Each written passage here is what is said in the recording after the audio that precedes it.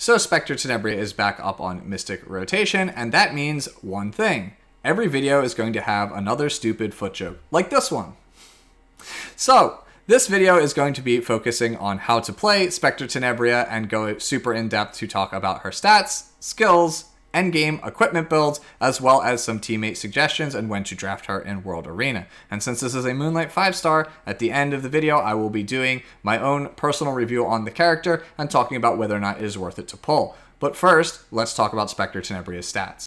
Specter Tenebria is a dark mage of the Gemini zodiac symbol, which means she shares a stat line with Araminta, Silverblade Araminta, Ballin Cezanne, and Politis. Taking a look at her actual stats, she has 1,197 attack, 4,572 health, 106 speed, 683 defense, 15% critical hit chance, 150% critical hit damage, 5% dual attack chance, 30% base effectiveness, and no effect resistance. As if the characters that she shares a stat line were not a dead giveaway, Specter Tenebria was originally designed as a debuff hero, but has since been reworked into a damage dealer. This stat line provides very high attack and very high base defense. It offers slightly below average speed and absolutely terrible health. Additionally, I wish it gave more critical hit chance. As a piece of fun voice acting trivia before we move on to the skills, in the English dub of Epic 7, Specter Tenebria was originally voiced by Elise Napier, before being replaced by up-and-coming voiceover artist Noelle Ill. In the Japanese dub of Epic 7, however, Specter Tenebria is voiced by Numakura Manami, whose voice you can hear in anime such as Dr. Stone, Overlord, and Dagashi Kashi. Specter Tenebria's S1 is Poison Blast. It has a 1.2x multiplier and has a 50 to 70% chance, depending on Molagora, to inflict poison once for 2 turns. Additionally, this move cannot trigger a counterattack, and that includes counters from sources like Elbrus Ritual Sword. While her S3 is on cooldown, this move hits a second random enemy as well. This, in my opinion, is one of the best S1s in all of Epic 7. It hits 2 targets, has the best damage scaling of any S1, and the poison makes her one of the best candidates to use for hard PvE content in the entire game. Her S2 passive is her defining feature, Nightmare Illusion. When an ally capable of being attacked is still remaining, the caster cannot be selected as a target for attacks. She's basically permanently stealthed. It increases her attack and defense by 7 to 10% depending on Molagora every time any character dies, and the effect can stack up to 5 times. That is both allies and enemies, so it is a comeback mechanic if you are losing, and you can snowball very hard off of this passive if you are winning the game. I will show you the math on screen now so you can really see how powerful this passive actually is. You do not need as much attack on this character as you think you do because of how easily her attack starts to stack up. In most scenarios, your Spectre will be roughly between 2 and 3 stacks in the early to mid part of most matches. So you can expect to have roughly that level of attack. As you can see, once you get to 3,500 or 4,000 attack, the attack score starts to become absolutely ludicrous. So you don't really, again, need to go super high. For most players, between 3,000 and 3,500 attack is going to be enough. And taking a look at the defense, you'll see it is a similar story to the attack. For most defensive scores, when you have around 2 to 3 stacks of this passive, you will start to become as tanky or tankier than most bruisers and knights. Once you hit around 1400 base defense and you get the passive stacked up, you'll notice you're about as tanky as a fighter Maya. And considering how poor Spectre's base health is at that point, you're not really getting that much extra effective health. I feel like for that reason, for most players, you really don't want to go over 1400 defense.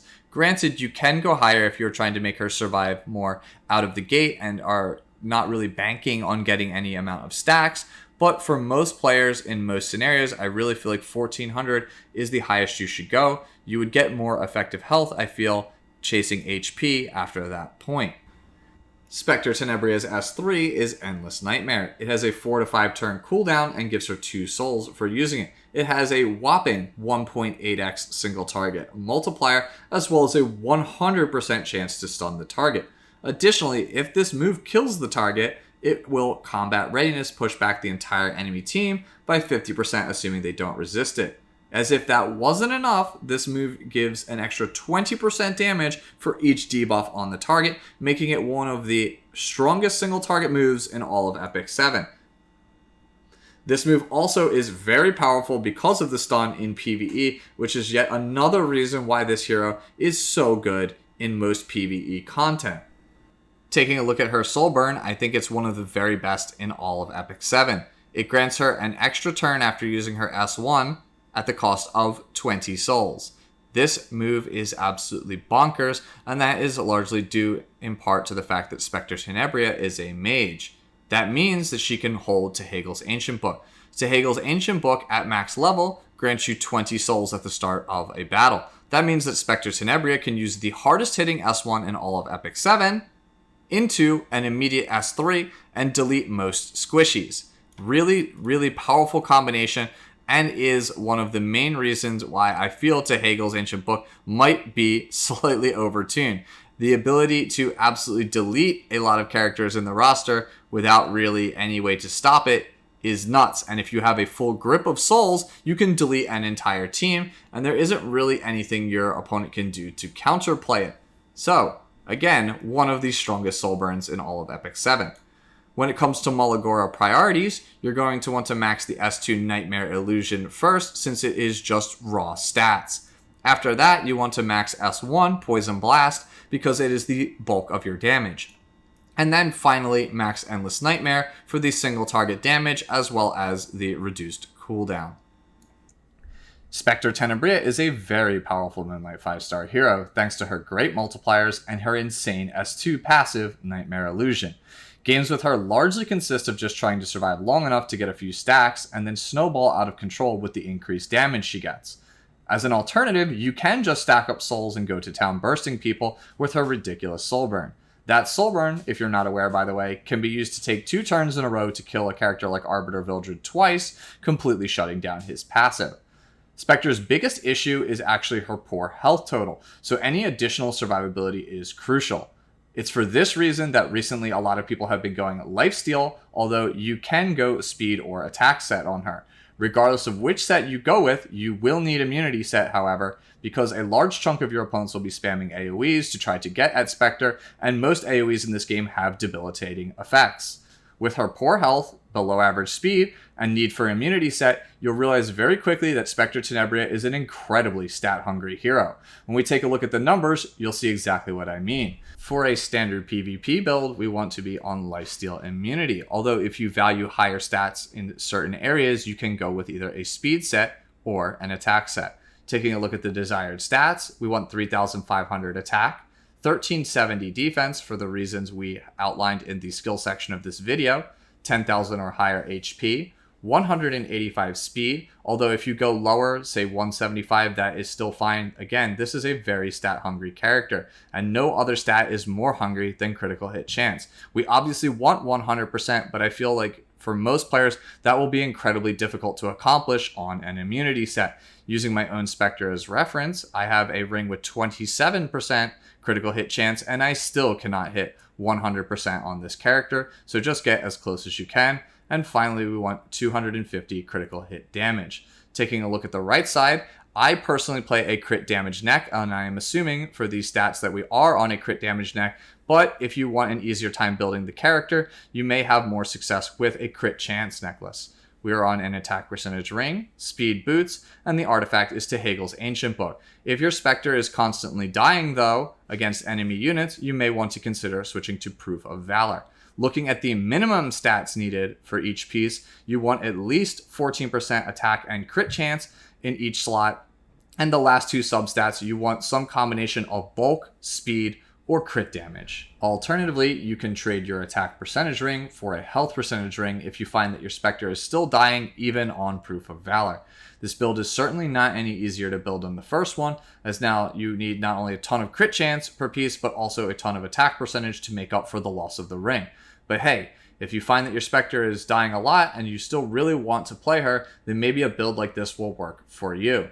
We are still on lifesteal immunity, but due to the lower attack, I would think that a speed set or an attack set may work out better in the long run for you.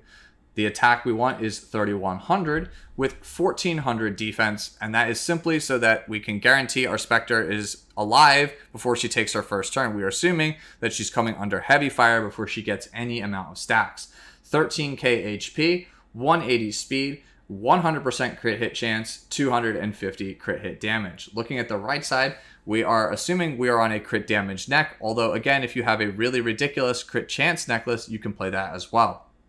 The ring obviously is HP percentage for the reasons we talked about prior to this. Speed boots, and then the artifact is Tehagel's Ancient Book. We don't need Proof of Valor because we're, bulking up the character so that we don't need that artifact. We just want the synergy with the Soulburn.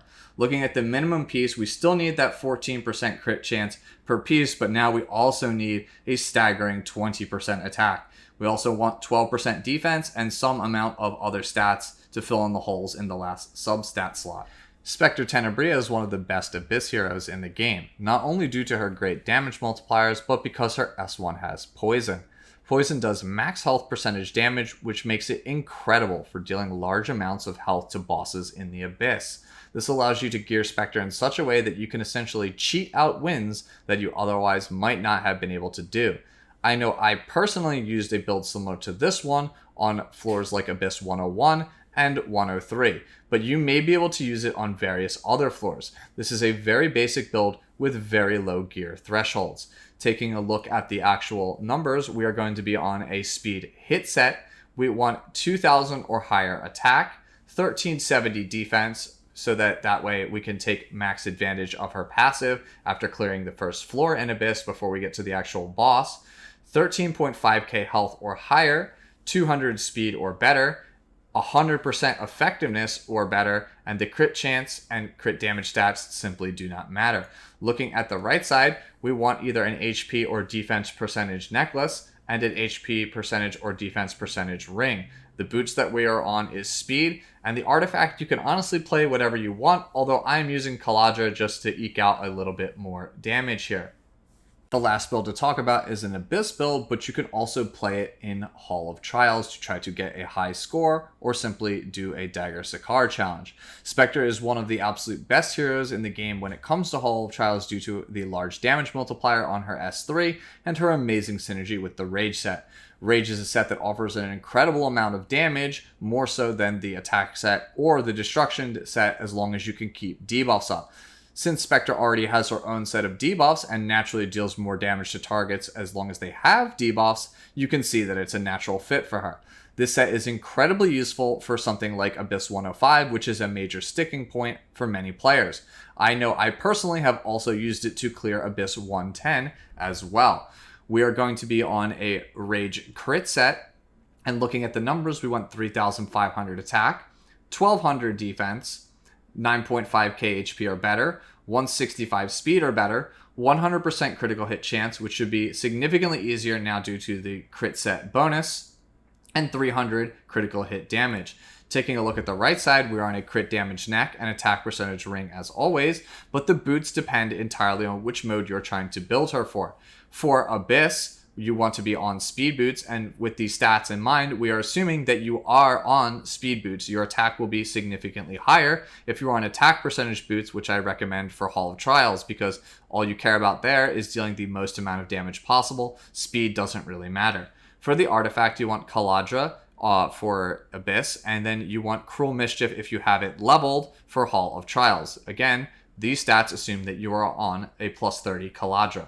Looking at the minimum piece, we want 16% attack and crit damage, 12% crit chance, and some other stat to fill out the fourth substat. When drafting allies for your Specter Tenebria, you want to prioritize characters that provide her a great deal of protection, as well as some buffs. When it comes to protection, Adventurer Raz is probably the best choice. Not only is he a competent Aureus holder, but he provides a defense buff for Spectre as well. And his S2 Soulburn synergizes way too good with the character. The defense break on it can easily stack up Spectre's passive, and the guaranteed dual attack lets you double up on one of the best S1s in the entire game. Troublemaker Crozet is also a fairly solid option here. He provides a great source of damage mitigation, and his S3 can be not only a cleanse, but a CR push which can allow your Spectre to pick off characters in a moment's notice. When it comes to buffers, consider somebody like Diane for the slow, grindy style games. And for those of you who are trying to play her as part of a cleave composition, consider a hero like Auxiliary Lots or Flan.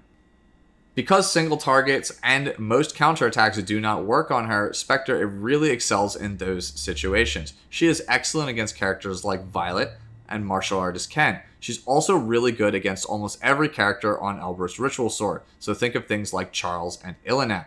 Additionally, she's very good against the single target cleave style comps that function using Challenger Dominiel and top model Lulika. Since they cannot target your Specter Tenebria, they will have to waste all their time going through the rest of your allies, and if your Specter ever ends up getting a turn, you can just soul burn your way to victory and reverse cleave them. For bad matchups, you can basically consider most AoE characters to be bad matchups. Specter doesn't exactly have the greatest health total, and as you guys can tell, since you can't single target her unless she's the last person standing due to that S2 passive, almost everyone's going to try to bring AoE heroes against you, so be aware of that. The two most punishing ones by far are characters like Landy and Charlotte.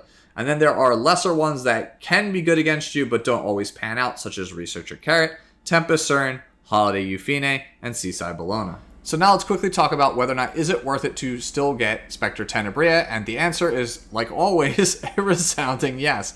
Just don't expect her to be god tier like she was in past seasons. She has quite a number of counters nowadays, so don't go picking her up expecting her to boost your win rate significantly, especially in the current meta. Landy is very heavily played and a good counter to her, and Researcher Carrot is also everywhere and is a free-to-play option, so most players will have something that can deal with her, so yeah, not quite as insane as before. I feel like she drafts mostly like Arbiter Vildred if you are similar with how he drafts. It is incredibly risky to pick him in the first or second slot, but it is really awesome to pick him in the fourth or fifth slot once you know the coast is clear and they have very little counters to it. So yeah, if they don't draft a ton of AoE characters, you can pick up Spectre in the fourth or fifth slot and feel pretty good about it. Still a top tier character, just not insane. The meta will most likely rotate back around to her and she will come back more into favor, I feel like, in the future. And that's because she just has too much synergy with the best Knights and Soul Weavers in the game. This pretty much is how it always goes for Spectre. She fades in and out, in and out. You usually see her at the top level, then she starts to fade away and people don't play her as much, then she comes back in. So it's only a matter of time. So if nothing else, you can pick her up to have her in the future for when she is relevant again, and also because she's just really insane in hard PvE content. I, myself personally, could not have cleared Abyss or many of the Dagger Sakar challenges without her, so that is already an amazing reason to pick her up, because Dagger Sakar, as you know, is another source of Molagoras, as well as some pretty spiffy emotes, and then Abyss obviously gives, Abyss rewards. They're really good. So yeah, the only real reason to not pick up this character if you don't have her is because you want ML Charles or any other character that is coming after Tenebria. You have 3 weeks to decide if you want the character, and by then you will know who comes after her. I'm personally hoping it's ML Sirmia. I don't know if it'll be Charles. I'm hoping it's somebody different. But yeah, that's just me. Again, you have 3 weeks. Take as much time as you need to figure out if you want her, but I highly recommend that you do pick her up. Even though I had her as number 3 in my Moonlight Connection video, she is still a top tier and amongst the very best ML 5 stars in the game, so don't feel bad about picking this character up and missing out on somebody else, because there's a very high chance that Spectre is more deserving of your Mystic medals. And that's going to be it for this video, guys. If you enjoyed the video, as always, share it out with a friend. That will help them out. And then, nothing else really much to say here. Enjoy the rest of your day and have a good week. Bye-bye.